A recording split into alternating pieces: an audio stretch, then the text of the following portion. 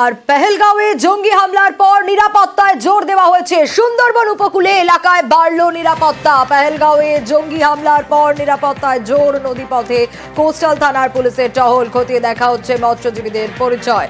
নদীপথে জলযান দেখলেই তল্লাশি। উপকূল এলাকায় স্থলপথেও বাড়তি নিরাপত্তা। সুন্দরবনের উপর দিয়ে আন্তর্জাতিক জলপথ বয়ে গিয়েছে। জলপথগুলির উপরেও বিশেষভাবে নজর রাখা হয়েছে। বিশ্বজিৎ রয়েছে আমার সঙ্গে। বিশ্বজিৎ, এই পেহেলগাঁওয়ে জঙ্গি হামলার ঘটনা, তারপরে নিরাপত্তা জোরদার। সুন্দরবনের যে বিভিন্ন উপকূল এলাকা, অর্থাৎ যে সুন্দরবন যে উপকূল থানাগুলি রয়েছে তাদের তরফ থেকে কিন্তু একটা স্বাভাবিক একটা টহলদারি কিন্তু চলে, কিন্তু সেই টহলদারি কিন্তু কিছুটা হলেও বাড়ানো হলো। অর্থাৎ দিনে দুবার করে কিন্তু টহলদারি দেওয়া হচ্ছে এবং যে কোনো জলযান দেখলে বা নদীতে কোনো ট্রলার দেখলে তাদের কিন্তু খতিয়ে দেখা হচ্ছে তারা মৎস্যজীবী কিনা। কারণ এই মুহূর্তে তুমি জানো ব্যান্ড পিরিয়ড চলছে, এই মুহূর্তে কোনো ট্রলার কিন্তু সমুদ্রে থাকার কথা নয় এবং সেই কারণেও কিন্তু এই চেকিং চালানো হচ্ছে। তার পাশাপাশি যে স্থলভাগ অর্থাৎ যে রাস্তাগুলি রয়েছে সেই সমস্ত রাস্তাগুলিতেও কিন্তু নজরদারি চালানো হচ্ছে এবং মাঝে মাঝে নাগা চেকিং করা হচ্ছে। রাত্রেবেলা করে থাকছে নাগা চেকিং এবং এখান দিয়ে বেশ কয়েকটি কিন্তু যে আন্তর্জাতিক জলপথ রয়েছে, যেমন বাংলাদেশ তেমন অন্যান্য দেশেরও জাহাজ কিন্তু এই হুগলি নদী বরাবর কিন্তু ঢোকে এবং সেই জায়গাতেও কিন্তু এই সমস্ত গঙ্গাসাগর কোস্টাল থানা থেকে শুরু করে যে সমস্ত উপকূল থানাগুলি পড়ছে তাদের যে এফআইবি বোর্ড রয়েছে সেই এফআইবি বোর্ডে করে কিন্তু টহলদারি চালানো হচ্ছে। একেবারে সেই ছবি আমরা দেখাচ্ছি।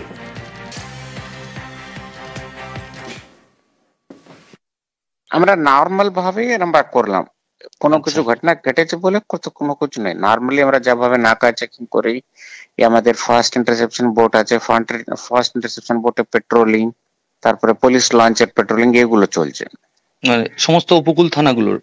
হ্যাঁ, সমস্ত এটা স্থলভাগে হচ্ছে, জলভাগেও হচ্ছে। জলভাগে হচ্ছে, স্থলভাগে হচ্ছে। কাশ্মীরের পেহেলগাঁওয়ের বৈসারণে 22 এপ্রিল জঙ্গি হামলার ঘটনা।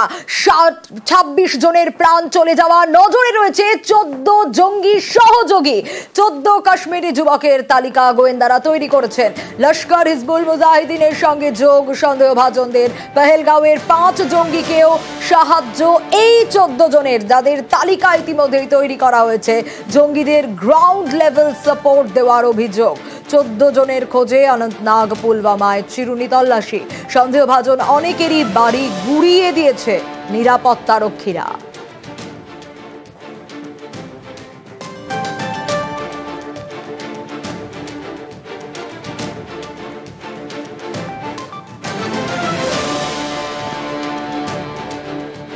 আটারি সীমান্তে পাক নাগরিকদের ভিড়। পেহেলগাঁওয়ে জঙ্গি হামলার জের আজই শেষ হচ্ছে পাক নাগরিকদের ভিসার মেয়াদ, কারণ সময়সীমা বেঁধে দেওয়া হয়েছিল। আজকের মধ্যেই ভারত ছাড়তে হবে পাকিস্তানিদের। 48 ঘন্টা সময়সীমা দেওয়া হয়েছিল। চিকিৎসা সংক্রান্ত ভিসার মেয়াদ মঙ্গলবার শেষ। সীমান্ত দিয়ে ভারত ছাড়ছেন পাক নাগরিকরা। সীমান্তের ওপার থেকে ফিরছেন ভারতীয়রাও। बड़ा डिफिकल्ट काम हुआ, अच्छा थोड़ी काम सही रिश्तों में मतलब बहुत दूरी पड़ गई। तो क्रिकेट किसी का आना हो, किसी का जाना, वहाँ 2 कंट्री है जिसको एक दूसरे को अपन एनिमी शिकल से देखते नहीं। गलत काम है, टोटली गलत है। दुआ करेंगे आपस में भाई को जैसा रिश्ता हो, हमारा आना जाना हो, हमें तकलीफ हम लोगों को। कितने दिन हो गए यहाँ इंडिया में आए हुए? यहाँ 4 महीने हो गए। तो आज वापस क्यों जा रहे हो, क्या बताया वापस जाने के लिए आपको? वापस हमारे बच्चे हैं, वहाँ चले जाएंगे। जो श्रीनगर में हादसा हुआ, बंदे मारे गए हैं, तो गलत हुआ है? गलत हुआ है। किनको छोड़ने हैं आप? मेरी सिस्टर को। कहाँ के रहने वाले हैं? हमारा ही में रहने वाले हैं। तो क्यों वापस जा रहे हैं, क्या बताया? वो आने श्रीनगर में जो हमला, उसी वजह से हुकूमत का आदेश है, उसके अनुसार इसको वापस भेजा जाए। तो समय तो जो हुआ गलत, तो इससे गलत बिल्कुल गलत हुआ है। जो धर्म के नाम पे लड़ते, हाँ ये बिल्कुल गलत है, इनको फांसी की सजा होनी चाहिए। 22 এপ্রিল কাশ্মীরের পেহেলগাঁওয়ের বৈসারণে এই জঙ্গি হামলার ঘটনা, আর তাতে গোটা বিশ্বের কাছে মুখ পুড়েছে পাকিস্তানের। কিন্তু মুখ পুড়িয়েও আস্ফালন। এবার গলা কাটার হুমকি দিলেন পাক কূটনীতিক। লন্ডনে প্রবাসী ভারতীয়দের সামনে ইশারায় হুমকি। অভিনন্দন বর্তমানের ছবি হাতে নিয়ে নির্লজ্জ হম্বিতম্বি পাক কূটনীতিকের।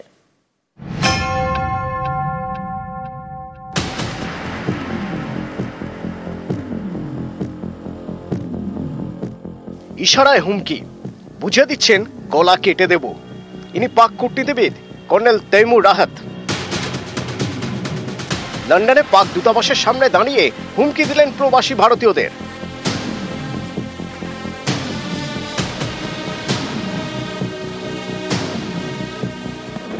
গত মঙ্গলবার কাশ্মীরের পহেলগাঁওয়ে হামলা চালায় জঙ্গিরা।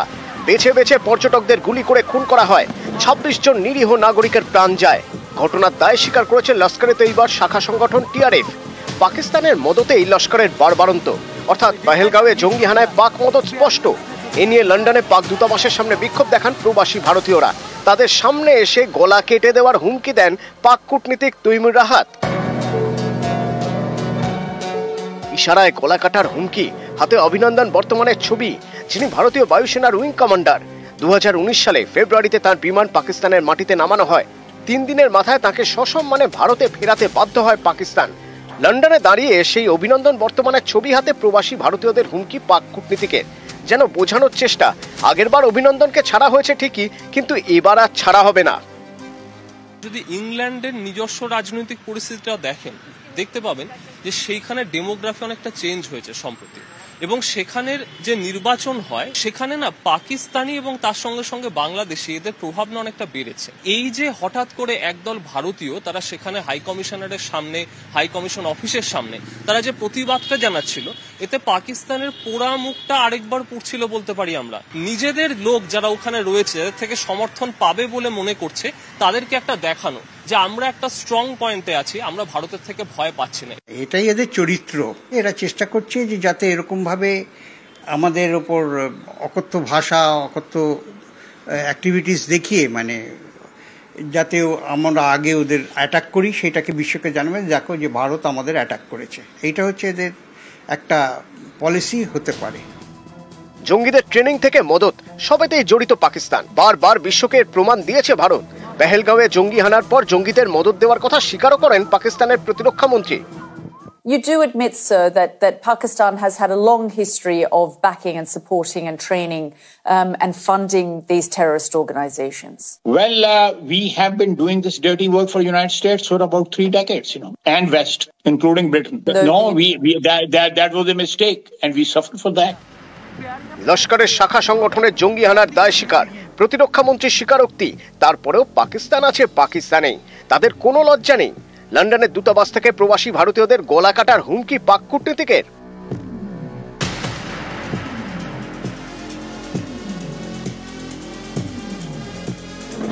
পহেলগাঁওয়ে জঙ্গি হানার আঁচ ছড়িয়েছে বিশ্ব জুড়ে। অস্ট্রেলিয়ার মেলবোর্নে জঙ্গি হামলার প্রতিবাদে বিক্ষোভ দেখান প্রবাসী ভারতীয়রা। পতাকা, ব্যানার, প্ল্যাকার্ড হাতে বিক্ষোভ স্লোগান চলে মেলবোর্নের ফেডারেশন স্কোয়ারে।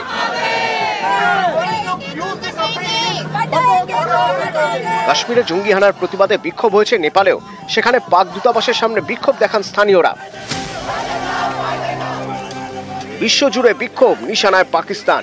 এর মধ্যেই লন্ডনে পাক দূতাবাস থেকে গলা কাটার হুমকি, পাক কূটনীতিকের নির্লজ্জ হম্বিতম্বি। নিউজ 18 বাংলা।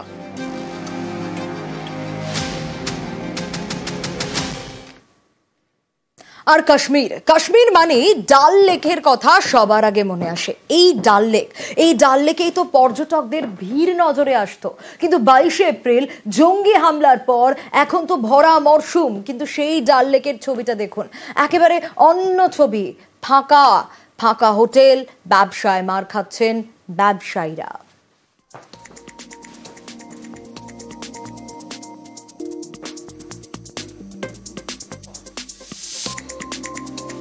যে ছবি আপনারা দেখতে পাচ্ছেন, জঙ্গি হামলা, 22 এপ্রিল জঙ্গি হামলায় 26 জনের প্রাণ চলে যায়। আর কাশ্মীরের এই ভরা মরশুমে কাশ্মীরের ছবিটাই একেবারে পাল্টে গেছে, যেখানে শুধুই পর্যটকদের ভিড়, কারণ পর্যটনের উপর ভিত্তি করে অনেক মানুষ বেঁচে রয়েছেন, অনেকের রুজি রুটি নির্ভর করে এই পর্যটনের উপরেই।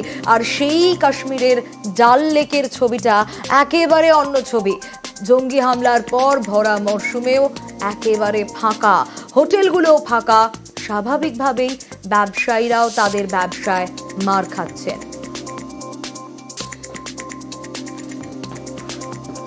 এখানে 10-15 বছর ধরে এই দাদার সঙ্গে কার্তিকবাবুর সঙ্গে আমরা সবাই একসঙ্গে কাজ করি। এপ্রিল মাসে প্রচুর ভিড় থাকে, সারাদিন খাওয়া দাওয়া মোটামুটি আমরা কাজের মধ্যে থাকি। বসার জায়গা দিতে পারেন? হ্যাঁ, বসার জায়গা দিতে পারি। আমাদের অনেক লাইন পড়ে যায়, চিন্তা তো হচ্ছে সবার, টুরিস্ট পার্টিদের চিন্তা হচ্ছে, আমাদের চিন্তা হচ্ছে, বাড়ির লোকও চিন্তায় আছে সবার বাড়িতে। বাড়ির সবাই তো চিন্তা করছে বলে কি হবে না হবে, আমাদের তো ভয় লাগছে যে এখানে যদি কোনো কিছু হয়ে যায় তারপরে তখন আমরা কোথায় কি করব না করব, সেই তো একটা চিন্তা। তারপরে দ্বিতীয়ত আমাদের এইসব ব্যবসা কাজ থাকবে কিনা, হোটেল যদি বন্ধ হয়ে যায় তখন আমরা কোথায় যাব কি করব, এরকম নানা রকম চিন্তাধারায় পড়েছি। 22 তারিখে এসেছি বেড়াতে। কাদেরকে নিয়ে এসেছে? আমার ছেলে, বৌমা, নাতি। আচ্ছা, তো 22 তারিখে এসেছেন, সেদিনই তো পেহেলগামের ঘটনাটা ঘটেছে। হ্যাঁ, আমরা এসে শুনলাম যে 22 তারিখে পেহেলগাঁও এরকম ঘটনা হয়েছে। তারপর আমরা মোটামুটি সেদিনকে কোথাও যাইনি, তার পরের দিন একটু ঘুরতে গেছিলাম আর কি। না, এখানে কিছু ভয় নেই, এখন সব জায়গায় সিকিউরিটি জোর করেছে, আর্মি পার্সন, সিআরপিএফ সব জায়গায় দিয়েছে। যেমন আমার গুলমার্গে গেছিলাম, সোনমার্গের ওদিকে গেছিলাম, সেখানেও দেখেছি পর্যাপ্ত পরিমাণে সিআরপিএফ দিয়েছে। আমাদের এটা সেকেন্ড টাইম। আমরা 2018-তে এসেছিলাম, তখন আর্টিকেল 30A লেগেছিল, দুদিন স্ট্রাইকে পড়েছিলাম, তারপর আমরা থেকে গেছি। কিন্তু আমাদের গভর্নমেন্টের উপরে পুরো বিশ্বাস আছে, তো এখানে যথেষ্ট দেখলাম সিকিউরিটি প্রচুর আছে, ভয়ের কিছু নেই। ঠিক আছে, আমরা এমনি গুলমার্গ, গন্ডোলা ঘুরেছি, ভয়ের কিছু নেই, কারণ নেই। আমরা পেহেলগাঁওটা না গেলেই হলো আর কি।